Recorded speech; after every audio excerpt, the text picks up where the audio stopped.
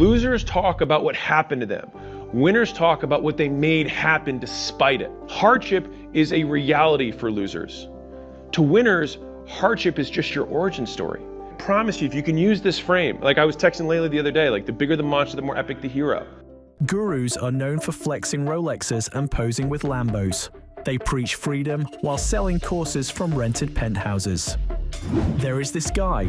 No chain, no Ferrari, just a mic, a whiteboard, and a brain worth $100 million. His name, Alex Hormozi. And he might be the richest, most respected entrepreneur on the internet. But what does he really do? And what is he worth? Nobody really knows, but it will shock you. Both parents are immigrants to the US. Mother was born in France, came here. Father was born in Iran. They met in medical school in Europe. And then my mother brought him back with her to the US. And then they had me, and they split.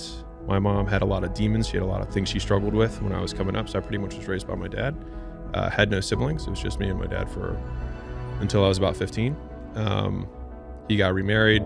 It was a short stint in terms of how long I was like kind of in the house. You know, like right at that stage is when you can drive, and I was kind of on my own almost at that point. As soon as I could work and drive, I was kind of out of the house. Born in Maryland to Iranian immigrant parents, Alex wasn't chasing fame, he was chasing leverage. He was obsessed with optimization. First in school, later in business. When I look at the periods of my life in business where I've had huge amounts of growth in very short periods of time, I've gone through things that I call the season of no. And a season of no isn't forever, it's just for now. And sometimes seasons can be 3 months, sometimes seasons can be 3 years. The longest season of no that I had was a 3-year season. During that season of no, I said no to friends. I was a little bit extreme, but I also was running from absolute poverty, and I had started seeing some success, and I was so afraid of messing it up that I said no to alcohol. So I stopped drinking entirely. I stopped saying yes to any social events. I was in a paid group that I was paying like $35,000 a year to be in, and I didn't go to any of the events for 2 years, even though I paid for it. A lot of people think it hurts to say no to things, because it does, because you feel like you're rejecting other people, and most of us have been on the other side of that, and feeling rejected sucks. You have to kind of trick your brain into thinking that the no is actually a yes to the thing that matters most. Because the way that I've always thought about this was from my first principles perspective of, if I achieve this really big thing in 3 years or 5 years, all of these doors will be open for me. But if I allow these onesie, twosie, one-off conversations, one-off favors, one-off things to take me away from that one big thing, I know that 5 years from now, me not having the thing makes it far less likely that even those first doors are still open. They're only reaching out to me now because of the little bit of success that I've experienced, which I got here because of being focused on the one thing that matters most. Gym Launch and the big $50 million whatever exit was built during a season of no. And all the people that I said no to still hit me up. But if I hadn't built that during a season of no, and I had said yes to all these little things, and I said no to the thing that mattered most. As a teenager, he was more likely to be reading textbooks than scrolling through Instagram. At Gilman School, he stood out. Not because he was loud, but because he was focused. Because I mean, if you listen to all the greats, you listen to Jobs, you listen to Bezos, you listen to Elon, entrepreneurial greats, it's like they all talk about focus because it's so hard to do. It's so hard because the bigger you get, the more juicy and tantalizing the opportunities become, right? And it's like, and you have to just be like, nope, we're just gonna keep doing this thing that I know all the pains of, and like we're just going to confront the issues we have, and we're gonna work through them one at a time. When it's like, oh, but there's this amazing thing that could be fast and easy, and it's like, it's just fast and easy because I don't know enough about it, and I just have to. And like I've just been burned enough times jumping over that bridge to know that like the grass is greener. I just don't know enough, and the fact that I think it's attractive means I don't know enough. Obsessed with performance, driven by systems. He got into Vanderbilt, one of the top private universities in the US, and graduated magna cum laude in just 3 years. His major? Human and organizational development, with a focus on corporate strategy. But the next step didn't fulfill him. He became a management consultant with top secret government clearance, working on cybersecurity for defense contractors, good money and an impressive title. But it felt hollow. He missed impact and ownership. So in 2013, at 24, he cashed out his savings and opened a brick-and-mortar gym without a backup plan. Decided to make the next the next move, which was going all in on gym launch. And this was the beginning of yet another hard road ahead. And so at this time, for those of you who don't know, I started flying around and doing done-for-you gym launches. And so what that was basically Layla and I would go and do a gym turnaround. I didn't like to use that word because I didn't think gym owners liked it. I was originally going to call it gym rescue, but no one wants to be rescued, so I called it gym launch, and everyone was okay with that name. We would fly out to brick and mortar facilities. We'd sit at the front desk. I would spend my own money on everything. So the offer was pretty simple. I said I would fill your gym in 30 days for free. that was the offer. And I was like, I'll spend my own money on the ads, I'll spend my own money on the hotels, the food, the everything. And the deal is I just get to keep the upfront cash that I collect, and then everything afterwards that's contract value, you get to keep. It was a pretty compelling offer, right? They didn't have to do anything, right? They would just say yes, and then I would show up. I think I'd ask them for $500 to reserve the date just to make sure that they wouldn't like not be there. But I made it a refundable deposit. But anyways, I would fly out and we would spend all the money in marketing, and we would sell on average, when Layla and I would go, we'd sell on average about 200 people in 21 days. So we'd average about 10 sales a day. He slept on the floor, showered at the Young Men's Christian Association, and ate meals from a can. DUI, mom's in the hospital. I just lost everything. Opening my gym, I thought it was gonna be really cool, being like, yeah, I'm sleeping on the floor, I'm like hustling, and there was no AC. And so I would just like sweat. It wasn't glamorous, but it was his. And it was the start of something no guru could have predicted. Alex saw a broken system because he was in it himself. Small businesses drowning in noise with no clue how to grow. Not just gyms, but coaches, consultants, and service providers. People with real value struggling to get attention. Hey everybody packed in, let me properly introduce our guests. Okay, so this is Alex Hormozi from Gym Launch. I just said this not too long ago. I ran into a situation being 6 months ago.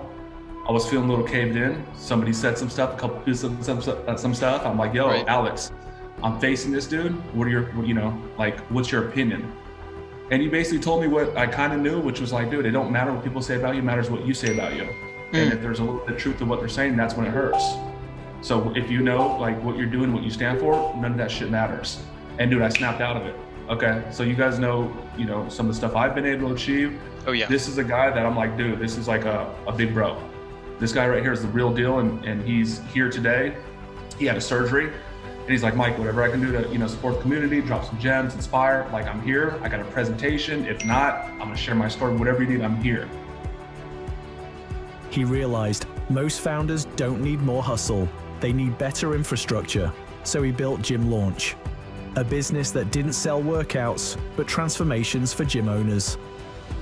If you can measure success by how closely you emulate the path that you want to follow, then rather than winning once every 2 years, once every decade, when you achieve whatever, destination you're quote walking towards, then you can win every day and really every moment, as long as you're staying on that path. His pitch was brutally honest. You don't have a marketing problem, you have a broken offer. He taught gym owners to stop selling cheap memberships and start selling life-changing results. Within months, Gym Launch exploded. Hundreds of gyms signed up and results came fast, so did the copycats. We own Gym Launch and Prestige Labs. Layla is just as much an owner as I am. I'm just the one doing the presentation, but we are co-CEOs of both those companies. We do $50 million a year in revenue, which is cool. We have 1,500 plus gyms that we serve. We have 120 US-based employees. I had 6 gyms of my own before I sold those in 2016. But as much as you're like, great, Alex, it's cool for me, but it wasn't always like that. I slept on the gym floor. That's my first gym in Huntington Beach. I lived out of my car. I shot at LA Fitness. At that time, I had no employees, coached all the sessions.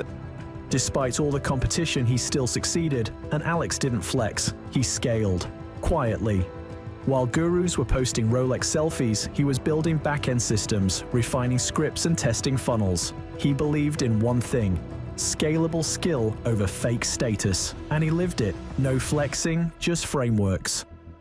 Looking rich over being rich. This is a classic one of poor folks in general. The loving amount of troll comments that I get from the fact that I'm in my mama's basement and wearing a wife beater and wearing a nose strip, right, must mean that I am poor, because you confuse looking rich with being rich. It's silly. You can just Google my name and you can see what we sold 2 of our businesses for. The point is, stop trying to look rich. Be willing to look poor. And I know that's contrary to like dress the part and all that stuff, but like the thing is like, you gotta be real to you. Be real to no one. That's a promise. By 2020, he and his wife, Layla, had built and sold multiple companies such as Gym Launch, Prestige Labs, and Allen, each business solving a real problem, each systemized to run without him. After all this success, they still were looking for more. So they launched Acquisition.com, a new kind of empire, built on trust, backed by data, and designed to make others rich. This was the true turning point. This new idea is set to generate hundreds of millions. Their mission? Help founder-led businesses go from $3 million to $100 million in revenue without selling their soul or their equity.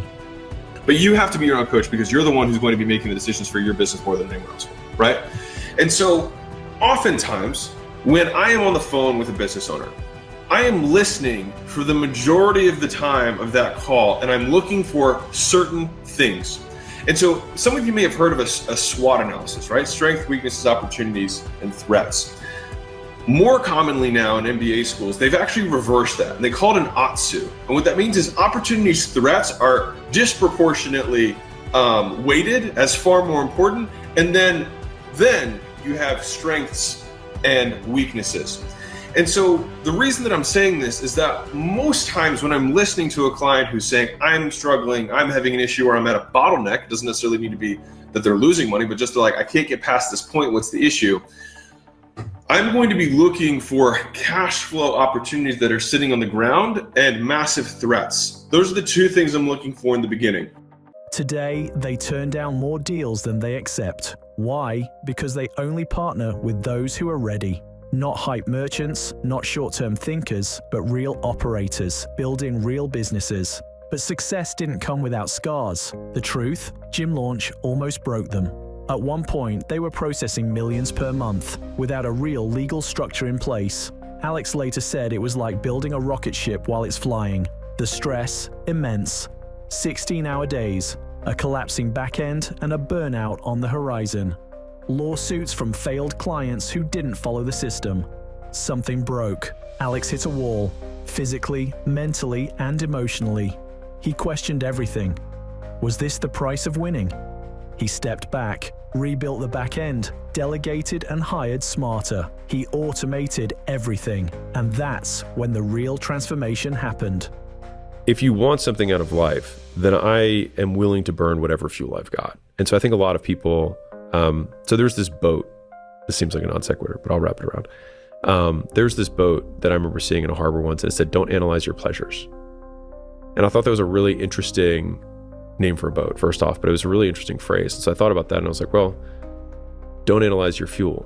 Because I think a lot of people are, some people want to have passion, but like passion I think is very fleeting. There's a lot of things, there's a lot of overhead in doing the things that you want to do. If you want to get in shape, there's plenty of days you don't want to work out. Plenty of days you'd rather just eat cookies. Like there's overhead, right? There's things that you don't want to do, even if you like fitness. But if you need to use revenge as your fuel to become successful, which you want, then use it.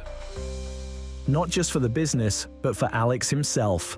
That led to new systems, new companies like Prestige Labs, a supplement line created for gyms with fulfillment handled in-house. Then later came Allen, automated lead nurturing software to keep clients engaged without human follow-up. Together, those systems created what Alex calls the value stack. Each offer made the others more powerful. Each solved a pain point his audience didn't even know they had. But behind every framework was pain. Every offer was born from pressure, because that's the part the gurus won't tell you. Offers don't come from masterminds, they come from meltdowns. And that book, 100 Million Offers, was the moment everything changed. Not just for his audience, but for his legacy. I promise to you guys today, I can show you how to get strangers to want to buy your stuff. And I want to be clear, the lead getting strategies I share with you today work for real estate, medical, auto, homeowners, insurance, healthcare, local businesses, home services, financial services, consumer services, software, apps, e-learning, online businesses, e-commerce, and anything that sells stuff to anyone. And I know they work because I use them in our portfolio companies today, which include software, local business, e-commerce, consumer services, medical services, professional services, home services, and more. So I know this works from experience and not theory. Which brings up one of my favorite quotes from L.H. Hardwick. A man with an experience is never at the mercy of a man with an opinion. So with that being said, let's begin. $100 million leads, how to get strangers to want to buy your stuff. 100 million offers didn't just go viral, it rewired how founders think about sales, pricing, and value. Suddenly, terms like value stack and grand slam offers became standard lingo in the entrepreneurial world. Everyone, from YouTubers to agency owners, started quoting it, applying it, and rebuilding their business models around it. Suddenly, Alex wasn't just the systems guy anymore, he was the offer guy, the growth guy. The one founders actually listen to, but with attention comes pressure. Back in 2017, the name Alex Hormozi started circulating in niche fitness business circles. He was the quiet operator behind Gym Launch, helping gyms double, even triple their monthly revenue. But outside that world, no one knew his name. He wasn't tweeting quotes, he wasn't doing podcast tours, he was working and winning. It stayed that way for years, until 2020, when the pandemic pushed thousands of gyms and their owners to the edge. That's when his frameworks reached critical mass. More gym owners turned to Gym Launch. More entrepreneurs noticed his results. And in 2021, Alex realized something. Building businesses behind the scenes was no longer enough. To grow Acquisition.com and reach the next generation of founders, he had to step into the spotlight. So he did something he'd avoided for years. He turned on the camera. It wasn't flashy, no studio, no scripts, but pure value. The greatest skill is the ability to discern what things to use and what things to cast out. It is the central narrative of noise versus signal. He broke down pricing psychology, sales frameworks, and wealth creation, all for free. By 2022, his YouTube and Instagram were exploding. TikTok clips and carousels on LinkedIn. The strategy was clear: give away more value than most people charge for. And it worked. Within a year, he'd gained millions of followers, not with flexing, but with discipline. But here's the twist. None of it was for fame. It was a pipeline, a brand, a trust engine. Every post built goodwill. Every video filtered the right kind of founder. Not the flexers, not the clout chasers, but the builders. Because Alex wasn't selling products anymore. He was buying into people. And with every deal he took, his empire quietly expanded. Not loud, not viral, but undeniable. Don't invest in the S&P 500. It's invest in the S&Me 500. Because you will get so much more on active income by investing the small amount you have into increasing your earning capacity than you ever will. Like, just think about the dollars here. But here's the thing about momentum. It compounds. By 2022, Acquisition.com wasn't just a business, it was a magnet for real founders. I wanted it to be the family office for, Layla and I to invest our capital into businesses that we believed in with founders that we thought were awesome and products that we believed, were going to help people. And so that's more or less what we've done. And the whole idea was, I wonder if we can build a personal brand where people would listen to our content and say, hey, I want to work with these guys. And so what happens is the goal was that it would create somewhat of a pre-filtering process for values, because if you can get values alignment, it's kind of like the marriage thing. Like if we have similar mission, similar values, it's a lot easier to get along.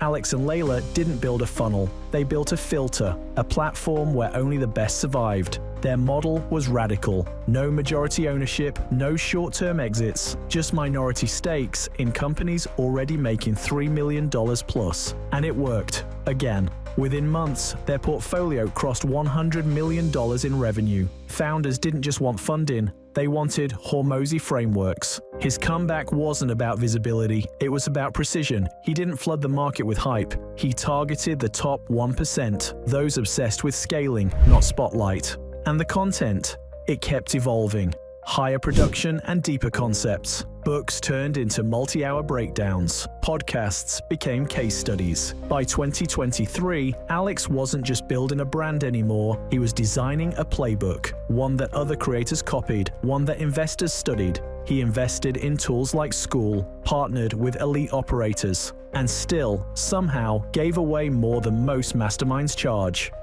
All of these things are about leverage. And so this is like, we define leverage as the difference between what you put in and what you get out. So if you have a lot of leverage, you put a little bit in, you get a lot out. If you have no leverage or low leverage, you put a lot in, you get a little bit out. And a lot of times people who are listening to this and are not making as much money as they want, they're putting lots of input in and not getting a lot out. They have low leverage opportunities. But behind it all, simplicity, same clothes, same tone, and the same mission. Help good people grow great businesses. Now compare that to the usual suspects online, the flexers. The louder they shout, the less they have. In 2023, Iman Gorgi, known for selling agency courses and flexing supercars, had an estimated net worth of around $25 million. Andrew Tate, even with his controversies and claims, most sources placed his liquid assets around $30 to $50 million. And Alex Hormozi, quietly sitting on an empire worth over $100 million. And here's the fun part. The ones asking you to buy usually have the least and need to show fake and rented stuff. Alex, he gave away his best playbooks for free and made millions doing it. Why the value equation and the things inside of the $100 million offers book, which pretty much this visual right here encapsulates or summarizes the vast majority of the pieces in the book. And obviously there's a lot more examples and stories, and it has a lot of 5-star reviews on Amazon, so check it out for 99 cents if you want. But the main point is that these are variables that create purchasing decisions that get people to value something in order to buy it because they value it in excess of price tag. And the idea here is if we understand the things that drive value, then we can understand the things that underpin price, which then lead to profits. All right. And so in the book, I do give a lot of service-based examples, both B2B and B2C, but I wanted to take this video to do something a little bit different and talk about how it applies to e-commerce. All right. Because at the end of the day, people buy stuff because they value them. All right. And so the application may be somewhat different, but the fundamentals and the variables are the same. Okay. And so quick recap on this. Dream outcome is people actually have to want the thing that you're delivering to them. Number one. Number two is that when they buy, they will buy based on the perceived likelihood that they're actually going to get that thing. So it's like a lot of people may want to get rich, but they will buy the one that they think that has the highest likelihood of actually them getting there. Because while other gurus flex for attention, Alex just executes. And in doing so, he became something rarer than famous. He became trusted. In a world where attention is currency, Alex Hormozi built wealth through depth, not noise. He didn't go viral for controversy. He didn't sell hype. But he scaled silently, spoke precisely, and let the numbers speak louder than any Lamborghini. What makes him different isn't just his strategy, it's his restraint. While others built audiences to get rich, Alex built wealth, then used content to share what worked. He doesn't sell courses, he doesn't launch webinars, he gives it all away. So if you're broke or you don't know what business to start, by the end of this video, you will know what business to start, who you're gonna serve, how you're gonna serve them, and the exact message to send to get your first 5 customers. I'm a co-owner of School.com, where we help tens of thousands of new people every single month start their first business online. And right now, 1 out of 2 people who start a paid community on School make their first dollar. 1 out of 2. This process I'm going to show you works. So there's 5 parts of this framework and then 2 bonuses. One is that's advanced and one that'll give you next steps on what to do with this so you can make your first dollar. So it starts with the what, which is what is your business actually going to be about? And so I use something called the 3 Ps framework. All right, so you can write this down, the 3 Ps. And that's because almost all businesses get born of one of these 3 Ps. And the first is pain. So it's something that you went through personally and had to overcome. Today, his firm controls stakes in dozens of companies generating well over $200 million per year. Yet he still wears the same black t-shirt, still refuses to flex. Because for Alex, the point was never to be admired, it was to be effective. And maybe that's the lesson. You don't have to be the loudest in the room to own the room. And that's why Alex Hormozi is way richer than every guru you know. I know you're not following what I'm saying anyway, right? That's okay, that doesn't matter. The real question is this: is all this legal? Absolutely fucking not.